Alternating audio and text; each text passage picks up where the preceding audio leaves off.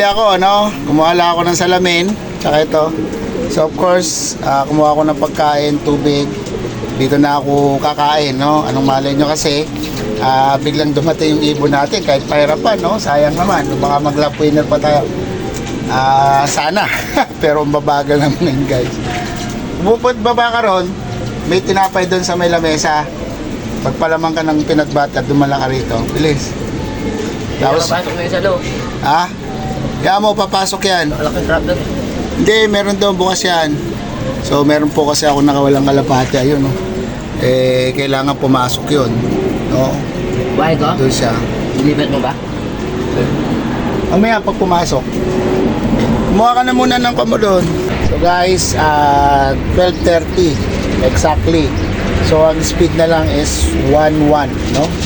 So pero malayo pa yan, malaki pa yan, no? Malaki pa ang chance natin. At talaga namang umaasa tayo na may magkaklak. So guys, 1:40 na ng tanghali, no? So wala pa ring clock, no? Nakakita ko pa lang mga 10 piraso. Meron na nga yung dito, no? Sa isa sa Makati nakapag-paklak na rin yung iba, hindi ko alam, hindi ko na masyadong inusisa, no? Kasi kapag tumitingin ka lang dyan, nawawalan ka ng focus at ano, so hawak-hawak ko, ilagay mo ito doon ulit sa gitna. Yan. So guys, lumipat na ako ng pwesto kasi doon sa pwesto namin wala walang may araw na, no? Sobrang init. So ito, nagbibigay ng vitamins yung apo ko. No, wala pa rin talaga. Wala pa rin talaga yung aming ilbon. No, so nagkuha naman ako.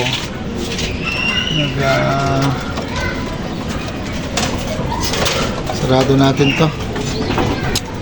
So mukhang masesero tayo. Sana wag naman, no? Kahit na sana, no? Saklap to. May maklak lang man na sana, kahit na 2 piraso okay lang, no? Kahit late pa. Pero mukhang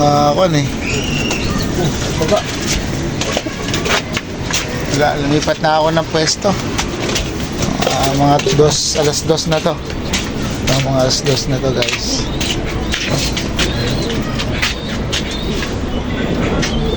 Walang kuto yan. Sige, mamaya ulit. Update ko ulit kayo. So guys, magandang hapon na sa inyo lahat, no? Mga masaklap yung kuha natin. Yung bulan sorsogon natin, no? Dahil nag-smash, konti lang yung nagpaklak at 0 tayo. Konti na lang yung isang ibon natin doon sa QC, nag-clock pa 800, no? Pero dito sa loop ko wala, 0. Pero bukas titingnan natin kasi sanay naman yung mga yun, mga kinabukasan na umuwi. So syempre mas maganda kung magkaklak sila, no? Hindi yung puro cut-off, uuwi cut-off. Pero mas maganda yung magkaklak talaga sila, no? So wala po tayong magagawa dahil hindi naman po natin hawak yung diyan natin makikita kung matibay talaga yung ibon natin. So masasabi kong better luck next time, no?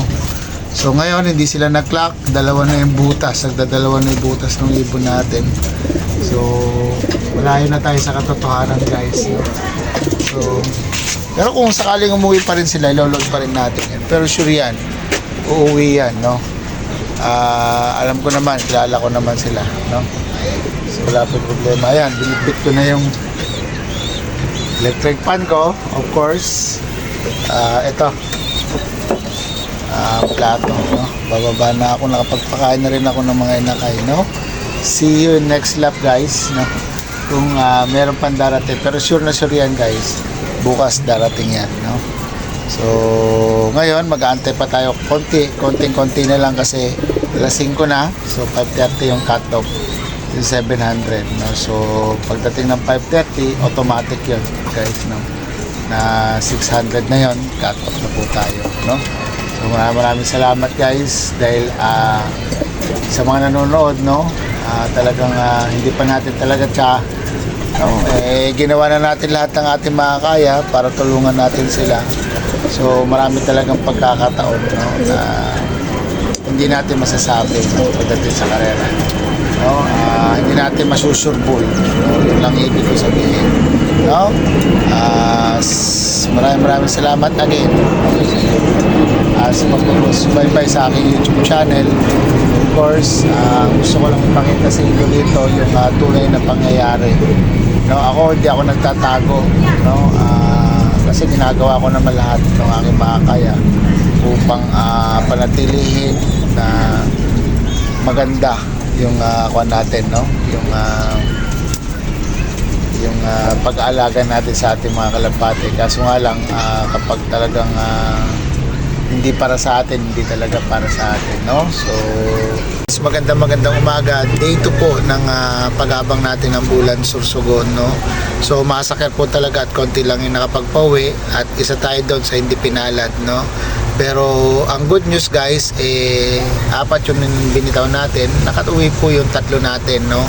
So meron pa po tayo pang Masbate, no. So nawala si Lucy, hope makakauwi po yan, no. At talaga namang tawag nito, believe din ako sa mga lahi ng kalapate na yan, talagang nakakauwi yan, no. At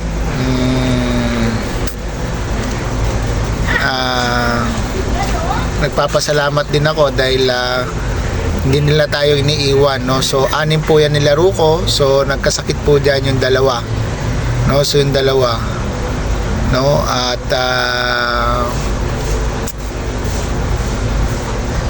talagang pinilit ko lang po, no, nung balatan o Pioduran, pinilit ko po ng Pioduran, kahit alam ko po na medyo hindi pa po nila kaya. So yun po yung mistake ko, no. At talaga pong nawala sila. So isa po yung nawala natin sa Bulan, isa po yung Pioduran, at isa po yung sa Bulan, no. So yung isa talagang hindi ko na nailipad kasi nga talagang hindi na kaya. So tinamaan po tayo ng sakit sa kalapate habang naglalaro at hindi po natin yan maiwasan guys. So ang kagandahan lang, yung mga ibon natin hindi tayo iniiwanan, no. So may pantatlo pa tayo sa Masbate at sana samahan nyo ako, no, sa karera ko nitong South 2024, no.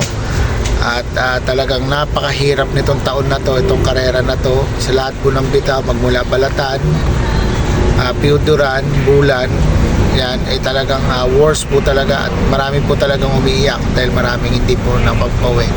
At mapalad tayo dahil tayo po ay inuwian pa ng ating ibon guys. So see you in next vlog guys. So 3 po yung panglaban natin sa Masbate, abangan nyo po yan, no, sa susunod na vlog ko. So God bless you, God bless you.